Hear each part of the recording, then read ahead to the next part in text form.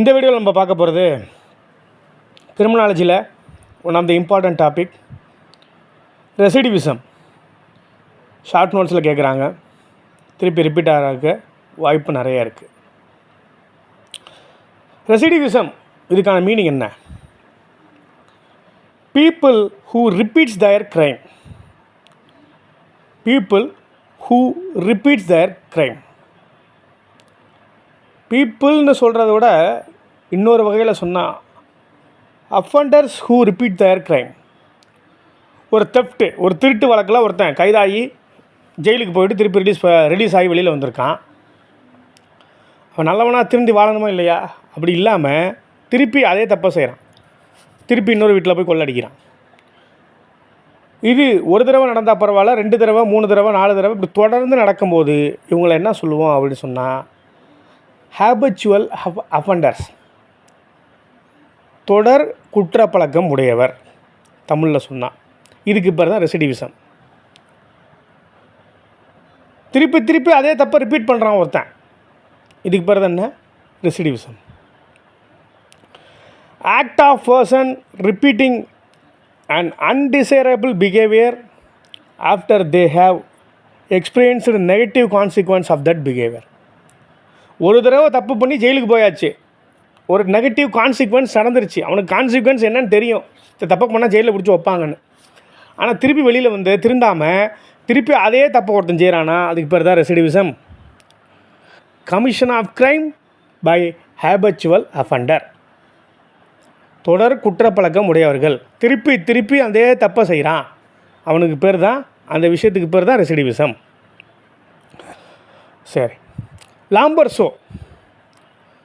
லாம்பர்சோன்னு ஒருத்தர் இருக்காரா, கிரிமினாலஜியில் இருப்பார், லாம்பர்சோ. அந்த லாம்பர்சோ ஒரு தியரி கொடுக்குறாரு. யாரெல்லாம் பார்ன் கிரிமினல் அப்படின்னு ஒரு தியரி கொடுத்தார். லாம்பர்சோ தியரி ஆஃப் பார்ன் கிரிமினல். அவர்கிட்ட சொல்கிறார் இந்த தியரியில் அப்படி சொன்னால், tendency of frequently committing crime of some people draw the attention of Lambert's theory. According to him, some people are born criminal. They cannot abstain themselves from committing a crime due to peculiar physical habit and mental condition. Once again I repeat, tendency of frequently committing crime of some people draw the attention of Lambert's theory. According to him, some people are born criminal. திருப்பி திருப்பி ஒரு தப்பை ஒருத்தன் செஞ்சுக்கிட்டே இருக்கான் ஃப்ரீக்வெண்ட்டாக. லாம்பர்சோவை பொறுத்த வரைக்கும் அவன்லாம் பார்ன் கிரிமினல் அப்படின்னு அவருக்கு ஒரு முத்திரை குத்துறார். அது மட்டும் இல்லாமல் they cannot abstain themselves from committing a crime due to peculiar physical habit and mental condition. திருப்பி தப்பு செய்யக்கூடாதுன்னு நினச்சி கூட ஒருத்தர் சில பேர் வெளியில் வரலாம். ஆனால் அவனால் தற்காத்துக்க முடியாதவனை திருப்பி அந்த தப்பை செய்ய தான் அவனை தூண்டும். 2-3 தடவை திருட்டுத்தனம் பண்ணி ஒரு வீட்டில் கொள்ளை அடிச்சுட்டு ஜெயிலுக்கு போயிட்டான், ரிலீஸ் ஆகிறான். சில பேர்லாம் பார்த்தா திருப்பி அதே தான் செய்வான். ஏன்னா அவன் பழக்கத்திலே அது ஊறி போயிடும். அவனை தான் பார்ன் கிரிமினல் அப்படின்னு முத்திரை குத்துறாரு யார்? லாம்பர்சோ. இந்த இடத்துல லாம்பர்சோ தியரிக்கு நிறைய கிரிட்டிசிசம் இருக்குது. Lombroso theory not fully correct. But it is a fact that some people frequently commit crime. They are known as habitual offender or recidivism. ஃபுல்லாக வந்து லாம்பர்சோ தியரி சரின்னு ஏற்றுக்க முடியாது. இப்படி தொடர்ச்சியாக குற்றம் பண்ணிக்கிட்டு இருக்கவனே எப்படி நம்ம சொல்லலாம்னா ஹேபிச்சுவல் அஃபண்டர் அப்படின்னு சொல்லலாம், ஏற்கனவே நான் சொன்ன மாதிரி அப்படின்னு சொல்கிறாங்க. அவனை எப்படிங்க பார்ன் கிரிமினல் எப்படிங்க சொல்ல முடியும்? இப்படி திருப்பி திருப்பி தப்பு சொல்கிறான்னா அவன் பேர் வந்து ஹேபிச்சுவல் அஃபண்டர்னு சொல்லலாம், ரெசிடிவிசம் அப்படின்னு சொல்லலாம் அப்படின்னு லாம்பர்சோ தியரி மேலே கிரிட்டிசிசம் வைக்கிறாங்க. ஆனால் லாம்பர்ஸ் என்ன சொல்கிறாரு, திருப்பி தொடர்ந்து இந்த மாதிரி ஃப்ரீக்வெண்ட்டாக க்ரைம் பண்ணிகிட்டு இருக்கான் அப்படின்னு சொன்னால் அவன் பேர் வந்து பார்ன் கிரிமினலுங்க அப்படின்னு சொல்லிட்டார். ஓகேவா? And then essential of recidivism. Essential of recidivism. Recidivism அப்படிங்கிற விஷயம் ஒன்று வரணும்னு சொன்னால் அதோட எசென்சியல் என்னங்க? Frequently commission of crime. திருப்பி திருப்பி அவன் தப்பை செய்யணும். ஒருத்தர் ஒரு கொலை பண்ணிவிட்டு ஜெயிலுக்கு போய்ட்டு வந்திருக்கான், திருப்பி திருப்பி அடுத்ததாக 3 கொலை 4 கொலைன்னு பண்ணிக்கிட்டே இருக்கு. அடுத்தது frequently commission of crime habitually like other routine. ஒருத்தன் ஒரு வீட்டில் போய் கொள்ளடிக்கிறான், திருடுறான். அவன் ரொட்டீனாக அதே பழக்கம். காலையில் ஆஃபீஸ் போகிற மாதிரி நீ வீட்டை யாரை கொள்ளடிக்கலாம், எந்த வீட்டில் போய் கொள்ளடிக்கலாம், யாரை கொள்ளடிக்கலாம், பிட் பாக்கெட் அடிக்கலாமா, இப்படினே யோசிச்சு சுற்றிக்கிட்டு இருக்கான்னு சொன்னால் அவனை போய் என்ன செய்கிறது? அவன் தான் ரெசிடிவிஸ்ட். புரிஞ்சுருங்க நினைக்கிறேன். Recidivism or habitual offender do not fear to face consequence.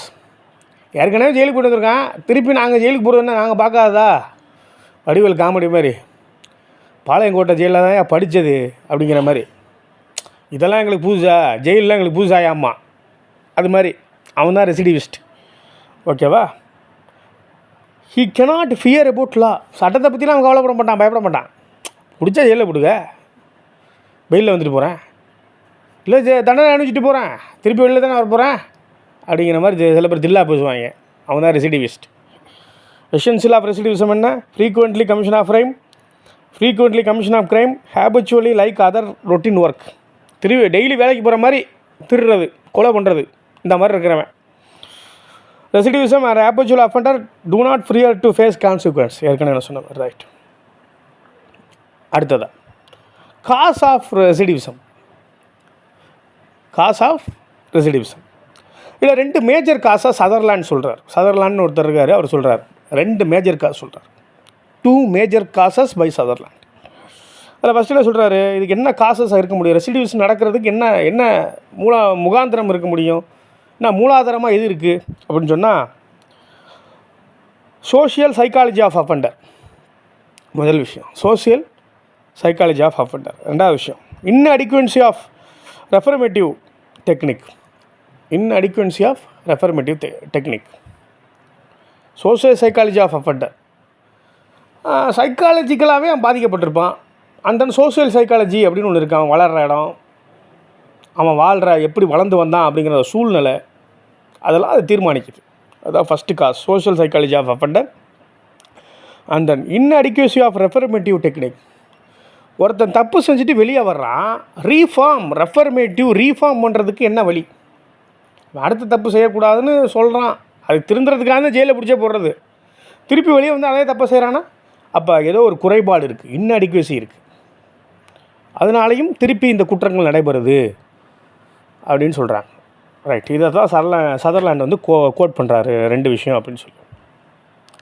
And then இப்போ எப்படிங்க இதை குறைக்கலாம்? இந்த ரெசிடிவிசம் ஹேப்பன் ஆகுது, திருப்பி இந்த க்ரைமை கமிட் பண்ணுறானே, அதை எப்படி குறைக்கலாம் நம்ம அப்படின்னு சொன்னால், இந்த மாதிரி அஃபெண்டர்ஸை ஸ்ட்ரிக்ட் செக்யூரிட்டியில் வைக்கணும். Recidivist kept under strict security அப்படின்னு ஒரு விஷயம் சொல்கிறாங்க. Recidivist kept under strict security. And then second point, provision be made in penal system for rehabilitation. அந்த அஃபெண்டரோட மறுவாழ்வுக்கு எதாவது செய்யணுங்க. அதில் பீனல் சிஸ்டத்தில் ஒரு ப்ரொவிஷனை உருவாக்கணும். வெளியில் போய் திருந்து வாழும்போது அவனுக்கு ஏதாச்சும் ஒரு மறுவாழ்வுக்கு ஏதேனும் செய்யணும். அது பீனல் சிஸ்டத்தில் ப்ரொவிஷனாகவே கொண்டு வரணும். அப்போ தான் இந்த ரெசிடிவிசத்தை சப்ரஸ் பண்ண முடியும், குறைக்க முடியும் அப்படின்னு சொல்கிறாங்க 2வது பாயிண்ட்டாக. ஓகேவா? அப்புறம் வந்து இந்த மாதிரி அஃபெண்டருக்கு வந்து ப்ராப்பர் கேர் ட்ரீட்மெண்ட் கொடுக்கணும், திருப்பி அவன் தப்பு செய்யாத அளவுக்கு அப்படிங்கிறத இதெல்லாம் முயற்சி பண்ணோன்னா இந்த ரெசிடிவிசத்தை திருப்பி இந்த க்ரைம் வந்து அக்கர் ஆகிட்டே இருக்குது, ரீஅக்கரிங் ஆகுது, ரிப்பீட் ஆகுது, அதெல்லாம் குறைக்கலாங்க அப்படின்னு சொல்கிறாங்க. ரைட்டா? அடுத்த ஒரு கேஸில் ஒன்று இருக்குது, பானா வெர்சஸ் எம்பரர்.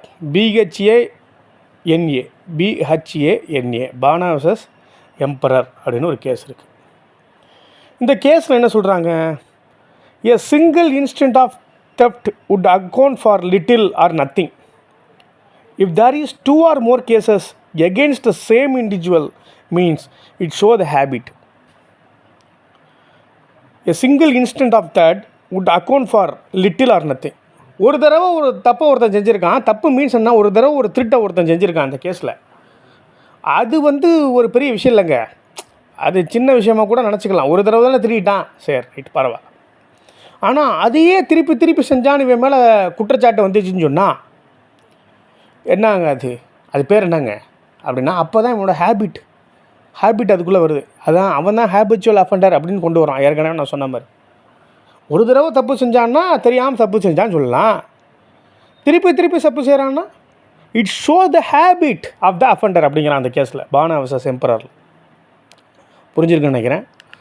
இப்போ ரெசிடிவிசம் அப்படின்னா உங்களுக்கு என்னென்ன புரிஞ்சிருக்கும். 4 மார்க் யூஸ்ஃபுல்லாக இருக்கும். பானா வெர்சஸ் எம்பரர். உங்களுக்கு கிரிமினாலஜியில் புக்கிலலாம் வந்து இந்த கேஸ்லலாம் இல்லை. நான் வந்து அங்கங்கே சோர்ஸ்லாம் தேடி எடுத்து அதுக்கப்புறம் நம்ம ஐபிளாக் ட்விட்டரில் அதிலெல்லாம் நம்ம வந்து தேடி எடுத்து தான் நம்ம வந்து கொடுக்குறோம். ஸோ உங்களுக்கு 4 மார்க் ரொம்ப யூஸ்ஃபுல்லாக இருக்கும். ஷார்ட் நோட்ஸுக்கு நோட் பண்ணி வச்சுக்கோங்க. ஸ்டடி லாவை ஃபாலோ பண்ணுங்கள், சப்ஸ்கிரைப் பண்ணுங்கள்.